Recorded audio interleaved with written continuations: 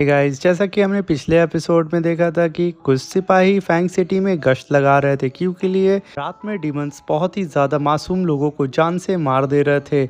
और तभी हम देख पाते हैं कि डीमंस ने उन सिपाहियों के ऊपर अटैक कर दिया था। तभी उन सिपाहियों का लीडर बोलता है कि हिम्मत है तो सामने से आकर के अटैक करो। तभी वो डीमन उस सिपाही के ऊपर, जो कि सिपाहियों का लीडर था, उसके ऊपर अपने निडल से अटैक कर देता है, जिसकी वजह से उन सिपाहियों का लीडर बहुत ही ज़्यादा घायल हो जाता है और अपने घुटनों के बल बैठ जाता है। तभी वो डीमन हंसते हुए कहता है कि पहले तुम मेरे अटैक्स को डॉज तो कर पाओ। तभी उन सिपाहियों का लीडर अपने पास से एक तिलिस्मान को निकालता है और उसे आसमान की ओर छोड़ देता है। तभी वो डीमन हंसते हुए उसकी ओर आ रहा होता है और हम देख पाते हैं कि उस डीमन की सिर्फ हंसी की वजह से सारे के सारे सिपाही घबरा जाते हैं और डर करके इधर उधर भागने लगते हैं। कोई रेंग के भागता है तो कोई सो करके भाग रहा होता है। अब फिर हम देख पाते हैं उन सिपाहियों का लीडर अपने स्पेल को परफॉर्म कर चुका होता है और तभी वो डीमन कहता है ये मामूली सा स्पेल मेरा कुछ भी नहीं बिगाड़ सकता है। और वो तुरंत आकर के अपने एक ही हाथ से उस लीडर के चेस्ट को फाड़ देता है और अपना हाथ उसके लीडर के चेस्ट के आर पार कर देता है और वो लीडर वहीं पे मारा जाता है, जिसे देख करके एक सिपाही डर के कांपने लगता है और वो डीमन उसे भी जान से मार देता है। और यहीं पे हमारा सीन शिफ्ट होता है और हमें दिखाया जाता है फैंग सिटी के बॉर्डर का सीन, जहाँ पर हाजी और अपने साथियों के साथ वो फैंग सिटी की ओर बढ़ रहा होता है। और तभी हाजी अपने ही मन में कुछ बड़बड़ा रहा होता है। ये सुन करके मिस जी शैंग का सर्वेंट, जिसका नाम गुलिंग है, गुलिंग कहता है कि हाँ जी, आखिर तुम अपने मन में क्या सोच रहे हो, और मैं काफ़ी देर से सुन रहा हूँ कि तुम कुछ बोल रहे थे। तभी हाजी कहता है कुछ खास नहीं, बस मैं ये सोच रहा हूँ कि तुम्हारी जो मिस है जी शैंग, वो आखिर किस मिट्टी की बनी हो और उससे शायद बिजनेस नहीं आता है, क्योंकि लिए जहाँ हमारी ठंड ख़त्म हो रही है वो गर्म कपड़े बेचने के लिए फैंग सिटी में जा रही है। आखिर उसे क्या बिजनेस की नॉलेज ज़रा सी भी नहीं है? इस बात को सुन करके गुलिंग बोलता है कि मेरी मिस ऐसी नहीं है, और मैं तुम्हें बता दूं कि फैंग सिटी चारों ओर से पहाड़ से घिरी हुई है। और आमतौर पे जैसे हमारी सिटी में ठंड बहुत जल्दी चली जाती है, मगर फैंग सिटी में ठंड बहुत ही लेट से जाती है और वहाँ पे हमारा बिजनेस बहुत अच्छी तरीके से उभर सकता है। और तभी हम देखते हैं सबकी बात मिस जी शैंग भी सुन रही होती हैं और तभी गुलिंग कहता है हाजी से कि मिस ने अगर ये फैसला लिया है तो ज़रूर सोच समझ के लिया होगा, क्योंकि मिस कभी गलत फैसला नहीं ले सकती हैं। तभी हाजी कहता है मुझे एक बात नहीं समझ में आती, आखिर तुम्हारी मिस जो भी कहती हैं तुम ऐसे कैसे मान लेते हो और बिना कुछ ऑब्जेक्शन किए तुम उनकी सारी बात मान लेते हो, आखिर क्यों? तभी गुलिंग कहता है कि बचपन में ही हमारे पेरेंट्स मारे जा चुके थे और मिस जी शैंग ने ही मुझे संभाला है और मैं तब से लेकर के अब तक उनका वफादार हूँ, और वो जो भी कहती आई हैं अब तक सब कुछ सच ही निकला है। तो मैं कैसे आखिर उनकी बात ना मानूं? अगर तुम्हें लगता है कि उनकी बात कहीं पे गलत है तो तुम मुझे बता सकते हो। तभी हाजी कहता है नहीं, मुझे तो ऐसा कुछ भी नहीं लगता है, बस मैं अभी सोच रहा था। मगर तुम ऐसा कुछ कह रहे हो तो ज़रूर मिस जी शैंग में कोई ना कोई तो बात होगी, और मेरे मास्टर ने भी जैसा कहा था कि मुझे जी शैंग की प्रोटेक्शन करनी होगी। और जहाँ तक मैं देख पा रहा हूँ सभी के सभी लोग मिल करके मिस जी शैंग की बात कर रहे हैं, तो उनमें ज़रूर कोई ना कोई बात ज़रूर होगी। फिर हाजी कहता है ना जानिए ये सफ़र कब ख़त्म होगा, हम काफ़ी दिन से सफ़र कर रहे हैं। और फिर हमारा ये सीन शिफ्ट होता है और हमें फैंग सिटी का सीन दिखाया जाता है, जहाँ पर हाजी और उसकी पूरी टीम फैंग सिटी में एंट्री कर लेती है और वो देखती है कि वही सिपाहियों की डेड बॉडी वहाँ पे पड़ी रहती है। इसे देख करके हाजी कहता है ये क्या हुआ? तभी हाजी को थोड़ा सा अजीब सा फील होता है और वो चारों ओर उतर के देखने लगता है। और फिर हाजी कहता है गुलिंग से तुम थोड़ा सा संभल के आगे बढ़ो, मुझे यहाँ पे कुछ खतरा लग रहा है। तभी हाजी इमोर्टलाइज टेक्निक्स से देखता है चारों ओर, वो देखता है कि सभी के सभी जितने भी लोग रहते हैं उन लोगों के ऊपर डिमोनिक ऑरा बहुत ही बुरी तरीके से हावी हुआ रहता है और उनके ऊपर काबू कर लेता है। इस चीज़ को देख करके हाजी काफ़ी शॉक हो जाता है और कहता है कि आखिर कैसे हो सकता है कि यहाँ पे डीमंस ने इन सारे लोगों को पोजेस कर लिया है। और तभी हाजी और इन्वेस्टिगेशन करने के लिए और अंदर जाने लगता है। तभी गुलिंग कहता है हाजी तुम कहाँ जा रहे हो? मगर हाजी कहता है तुम कुछ देर यहाँ रुको। और तभी तभी हाजी देखता है कि कुछ लोग गली के बाहर खड़े होकर के किसी को देख रहे हो। तभी हाजी जैसे ही वहाँ पहुँचता है उसके ऊपर स्टोन से अटैक हो जाता है और वो अपनी शॉट से उस स्टोन को डॉज करता है और फिर अपनी शॉट से ही उस हिडन बंदे के ऊपर अटैक कर देता है। मगर जैसा कि हाजी देख पाता है कि एक स्टोन जा घोड़े को लग जाता है, जिसकी वजह से घोड़ा बेकाबू हो जाता है और खूब तेजी से भागने लगता है। है और ये देख कर के हाजी तुरंत वहाँ से भागता है मिस जीशैंग को बचाने के लिए, क्योंकि गुलिंग भी उन घोड़ों को अच्छे से काबू नहीं कर पाता और वो घोड़े बीच में बहुत ही तेज़ी से दौड़ रहे होते हैं और उनके सामने जो भी आता है उनको टक्कर मार करके गिरा देते हैं और वो भागते रहते हैं। इस चीज़ को देख करके हाजी अपनी शॉट को वहीं पे छोड़ करके उस घोड़े के पीछे भागने लगता है। तभी हाजी बहुत ही मुश्किल से एक बिल्डिंग के ऊपर चढ़ करके वहाँ बहुत खतरनाक सी जंप लगाता और वो सीधा घोड़ा गाड़ी के ऊपर जा करके लैंड करता है और उस घोड़ा गाड़ी को अपने हाथ से रोक देता है और वो उस बच्ची को भी बचा लेता है और साथ में गुलिंग भी नीचे गिर रहा होता है और एक ही हाथ से गुलिंग को भी रोक लेता है। इस चीज़ को देख करके आसपास के लोग एकदम हैरान हो जाते हैं कि आखिर कोई ऐसा कैसे कर सकता है। और तभी उसी घोड़ा गाड़ी पे खड़ा होकर के गुलिंग से पूछता है कि आखिर तुम ठीक तो हो ना। तभी गुलिंग कहता है हाँ मैं ठीक हूँ मगर मिस। तभी हाजी को याद आता है और वो तुरंत नीचे उतर के जाता है और मिस के पास जाकर के तुरंत पर्दा हटा के पूछता है मिस आप ठीक तो हैं। और तभी मिस को देख करके सही सलामत वो काफ़ी खुश होता है और तभी वो घोड़ा गाड़ी से तुरंत नीचे उतर के उस लड़की के पास जाता है और उससे पूछता है क्या तुम ठीक हो ना, तुम्हें कोई चोट तो नहीं लगी। तभी वो बच्ची कहती है मैं ठीक हूँ और तभी वहाँ पे सारे के सारे सिपाही आकर के घाची को और गुलिंग को घेर लेते हैं और कहते हैं तुम लोग अपनी घोड़ा गाड़ी से यहाँ पे पूरा आतंक मचा के रखे हो, इसके लिए हम तुम्हें अरेस्ट करते हैं। मगर हाजी वहीं पे खड़ा होता है और तभी उसके सामने गुलिंग आकर के बोलता है कि हमें माफ़ कर दीजिए, हमारा घोड़ा बेकाबू हो गया था और इस चीज़ के लिए जो भी नुकसान होगा वो हम भर देंगे। तभी हाजी को याद आता है कि उसकी शॉट को तो उसने पीछे ही छोड़ दिया था। तभी वो हाजी उन सिपाहियों से कहता है कि यहाँ पे कुछ ना कुछ तो बात है और तुम लोग मेरे साथ चलो। तभी हाजी उन सिपाहियों को लेकर के अपनी शॉट के पास आ जाता है जहाँ पर उसके ऊपर हमला हुआ था और उसने अपनी शॉट को वहीं पे छोड़ दिया था। और तभी सारे के सारे सिपाही आकर के उसी जगह खड़े हो जाते हैं और वो देखते हैं कि कल रात यहीं पर उनके कुछ सिपाहियों के ऊपर भी हमला हुआ था और वो लोग सोचते हैं कहीं हाजी ही ने उन लोगों के ऊपर तो हमला नहीं किया था। और तभी वो सारे के सारे हाजी को घेर लेते हैं। तभी हाजी कहता है तुम्हारा दिमाग तो सही है, तुम लोग आखिर क्या सोच रहे हो। तभी हाजी को कुछ चीज़ें याद आती हैं कि उसके ऊपर कुछ स्टोन से भी हमले हुए थे, मगर यह मुझे नहीं समझ आ रहा है कि यहाँ पे इतनी टेरिफाइंग फाइट हुई है मेरी शॉट से, मगर यहाँ पे एक भी निशान क्यों नहीं है। और तभी वो सारे के सारे सिपाही अपनी तलवार निकाल करके हाजी के ऊपर अटैक करने वाले रहते हैं। तभी हाजी अपनी एक ही स्लैश से सारे के सारे सिपाहियों की तलवार और भालों को काट देता है और एक सिपाही के ऊपर जो कि उनका लीडर होता है अपनी तलवार रख देता है और कहता है कि अगर एक भी कदम तुम लोगों ने आगे बढ़ाया तो मैं यहाँ पे तुम्हारी गर्दन धड़ से अलग कर दूंगा। ये सुन करके सारे सिपाही वहीं पे खड़े हो जाते हैं। अभी हाजी उन सिपाहियों से पूछता है कि आखिर कल रात में ऐसा क्या हुआ था कि तुम लोग मुझ पर अटैक करने वाले थे। तभी वो सिपाही कहते हैं कि कल रात को ही हमारे सीनियर के ऊपर अटैक हो गया था और वो लोग जान से मारे गए थे। तभी ये हाजी कहता है कि अटैक हो गया था यानी कि जब फैंग सिटी में एंट्री किए थे उन लोगों की जो लाश हमने देखी थी वो यानी कि तुम्हारे सिपाही थे। तभी वो सिपाही कहता है हाँ वो हमारे सिपाही चीफ थे। और ये कह करके वो सिपाही एकदम कांपने लगता है और तभी हाजी कस के उसकी गर्दन अपनी शॉट से और दबाता है, कहता है सच बताओ। तभी हाजी को मिस जीशैंग रोक लेती हैं और अपने पास एक पाउडर निकालती हैं और कहती हैं कि तुम शांत हो जाओ। और तभी मिस जीशैंग उस पाउडर को चारों ओर छिड़क देती हैं जो कि वो पाउडर कैनकुन फिश के दूध से बना हुआ था। और इस पाउडर की खासियत होती है कि आसपास में जितना भी डिमोनिक ऑरा और अगर ऐसा कोई भी निशान होगा जिसे डीमन ने हाइड किया होगा ये पाउडर उन्हें विजिबल कर देगा, जिसे हम आराम से यहाँ पे देख सकते हैं। इस चीज को सुन करके सारे सिपाही भी हैरान हो जाते हैं और तभी मिस जीशैंग के आसपास एक अलग सा चमकीला ऑरा आ जाता है और तभी हम देख पाते हैं वो चमकीला ऑरा जैसे दीवार पर पड़ता है वो पाउडर की वजह से वहाँ पे निशान अपीयर होना स्टार्ट हो जाते हैं और चारों ओर दीवार की तरफ फाइट के निशान होते हैं। और ये फाइट हमारी झांझी की स्वॉर्ड ने किया होता है जिसकी वजह से वहाँ की दीवारें कट गई होती हैं। और इस चीज़ को देख करके वो सारे सिपाही शॉक में आ जाते हैं और कहते हैं क्या हमारी सिटी में डीमन है। और ये कह करके वो लोग कांपने लगते हैं और कहते हैं हमारे चीफ को जो कल रात को पेट्रोलिंग पे थे उनको मारने वाले भी डीमन है। तभी हाजी उन दीवालों के पास जा करके उन दीवालों के निशानों को छूने लगता है और कहता है कि ऐसा कोई नॉर्मल डीमन नहीं कर सकता है क्योंकि ये जो भी डीमन है वो चीज़ों को हाइड करने में बहुत ही ज़्यादा एक्सपर्ट है और उसने जिस तरीके से निशानों को हाइड किया था हम उसे देख भी नहीं पाते।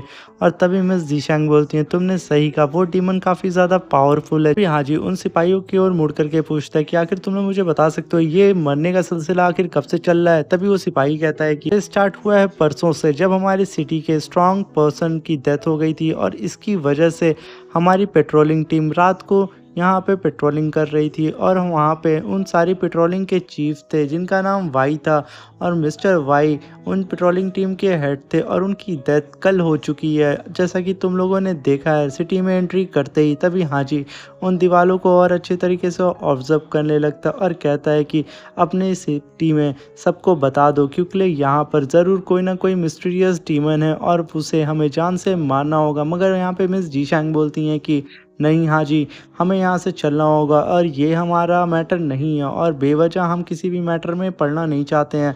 मगर इस चीज़ को सुन करके सारे सिपाही वहाँ पे हाजी की ओर बढ़ के कहते हैं मास्टर प्लीज़ हमारी सिटी को बचा लीजिए। जैसा कि हम जानते हैं कि हाजी का तो मन होता है कि इन सारे सिटी वालों की हाजी मदद करे, मगर वो मिस जीशांग की बात नहीं काट सकता था क्योंकि इस टाइम हाजी मिस जीशांग की प्रोटेक्शन के लिए आया हुआ था और स्पेशली उसके मास्टर ने उसे ये काम सौंपा था और वो इस काम से नहीं भटक सकता था। साथ में वो मिस जीशांग के ऑर्डर के खिलाफ नहीं जा सकता था और वो तभी उन सिपाहियों से कह देता है कि तुम लोग मुझे माफ़ करना, मैं अपने मास्टर के खिलाफ नहीं जा सकता हूँ।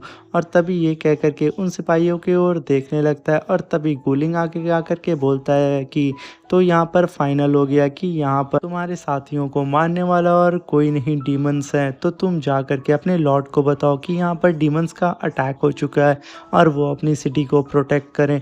और तभी मिस जीशांग बोलती हैं कि अब हमें यहाँ से हाजी और गुलिंग तुरंत निकलना होगा क्योंकि लिए शाम हो रही है और हमें जल्द से जल्द किसी भी होटल में जा कर के रूम लेना होगा क्योंकि हमें यहाँ पर रात बितानी है और अपने सारे के सारे सामान को सेटल भी करना है। तो बेहतर यही है कि हम यहाँ से जल्द निकल कर के अपने सारे सामान को अच्छी तरीके से रख दें क्योंकि हम यहाँ पे बिज़नेस करने आए हैं, ना कि इन लोगों की प्रॉब्लम को सॉल्व करने के लिए। इस बात को सुन कर के हाजी भी हाँ में सर हिलाता है और तभी गोलिंग उसके पास जा कर के बोलता है क्या बात है हाजी, तुम तो बहुत ही जल्दी मिस जीशांग की बातें सुनने लगे हो और तुम भी मेरी ही तरह उनकी बातों में हाँ मिलाने लगे हो, यानी कि तुम्हें भी अब इस बात पे बिलीव हो गया कि मिस जीशांग हमेशा सच बोलती हैं। और तभी हाजी वहाँ से मिस जीशांग के साथ निकल रहा होता है और तभी उसकी नज़र उस छोटी सी बच्ची पे पड़ जाती है और उस छोटी सी बच्ची को वो प्यार करता है और उसका हाथ पकड़ के उन सिपाहियों के पास ला कर के कहता है कि इस बच्ची को इसकी फैमिली के पास ध्यान से पहुँचा देना। और फिर उस लड़की को प्यार करके थोड़ा सा फिर वहाँ से निकल जाता है मिस जीशांग के साथ। और तभी सारे सिपाही इकट्ठा हो जाते हैं और अपने चीफ से पूछते हैं चीफ अब आगे हमें क्या करना होगा। और तभी उनका चीफ बोलता है कि सबसे पहले तुम लोग जाओ और हमारे लॉर्ड को ये बताओ कि यहाँ पे डीमंस ने अटैक कर दिया है और इन लोगों के बारे में ज़रूर बताना और मैं जा कर के इन लोगों का पीछा करता हूँ और पता करता हूँ कि ये लोग आखिर कहाँ पर रुक रहे हैं। तो ध्यान से जो भी मैंने कहा है वो सारी चीज़ों को ध्यान से करना और कोई भी गलती ना हो।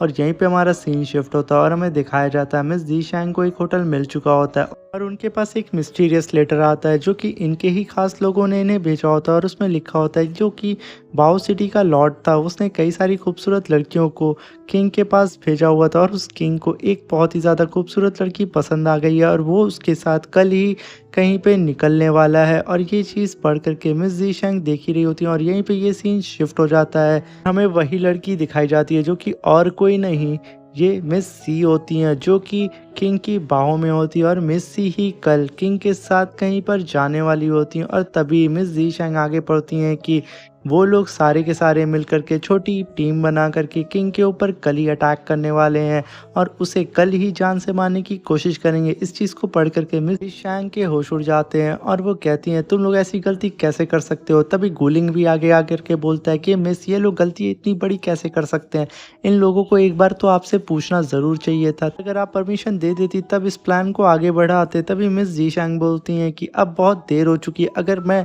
इन लोगों को लेटर लिख करके वापस भेजती भी हूँ तो बहुत लेट हो जाएगी, अब तो जो होना है सो हो करके रहेगा। और यहीं पे हमें पता चलता है ये किंग और कोई नहीं मिस जीशांग के फादर को मारने वाला ही बंदा होता है जिसने मिस जीशांग के फादर को जान से मारा था। और वो सारे के सारे बंदे जो किंग के ऊपर अटैक करने वाले हैं वो लोग मिस जीशांग के फादर के काफ़ी लॉयल बंदे होते हैं। और यहीं पे हम देख पाते हैं कि मिस जीशांग उस लेटर को मोमबत्ती से जला देती हैं कि इस लेटर का किसी को भी ना पता चले और किसी के भी हाथ ना लगे। और तभी गुलिंग आगे बढ़ के कहता है कि मिस जीशांग क्यों ना हम हाजी को भी अपने इस प्लान में शामिल कर लें, जो भी आपका प्लान है आप एक बार हाजी को भी अपने प्लान के बारे में बता दें, वो काफ़ी अच्छा लड़का है और तभी मिस जीशांग बोलती हैं कि अभी मुझे हाजी के ऊपर पूरी तरीके से भरोसा नहीं हुआ और जब मुझे भरोसा हो जाएगा मैं उसे अपने साथ मिला लूँगी।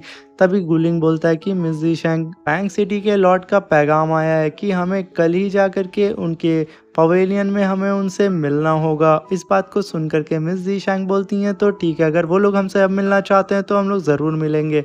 और तभी गुलिंग कहता है मिस काफ़ी रात हो चुकी, आप जा कर के आराम करें, अब हम कल मिलते हैं। और यहीं पे हमारा ये सीन शिफ्ट होता है और हमें दिखाया जाता है जीशांग, हाजी और गुलिंग वो तीनों के तीनों मिल कर के उस कमांडर के साथ फैंग सिटी के लॉर्ड के किंगडम में जा रहे होते हैं। और रास्ते में ही हाजी पूछता है उस कमांडर से कि आखिर यहाँ पे सबसे पहली डेथ किसकी हुई थी।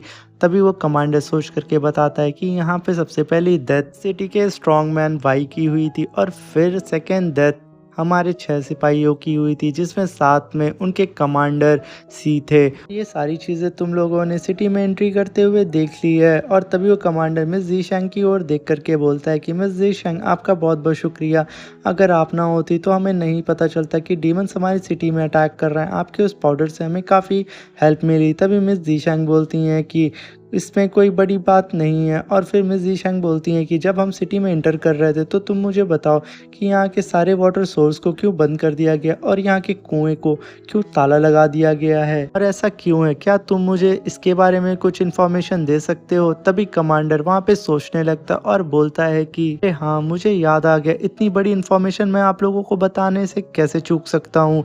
जैसा कि मैंने आप लोगों को बताया कि सबसे पहले डेथ हमारे किंगडम के स्ट्रॉन्गेस्ट पर्सन की वाई की हुई थी, मगर उनकी लाश जो कि डेथ बॉडी थी उसी कुएं में पाई गई थी। और वो डेड बॉडी जैसे ही हमने उस कुएं से निकाली और लोगों ने फिर से उस कुएं से पानी पीना शुरू किया, तब से लेकर अभी तक हमारे किंगडम का यही हाल हुआ है।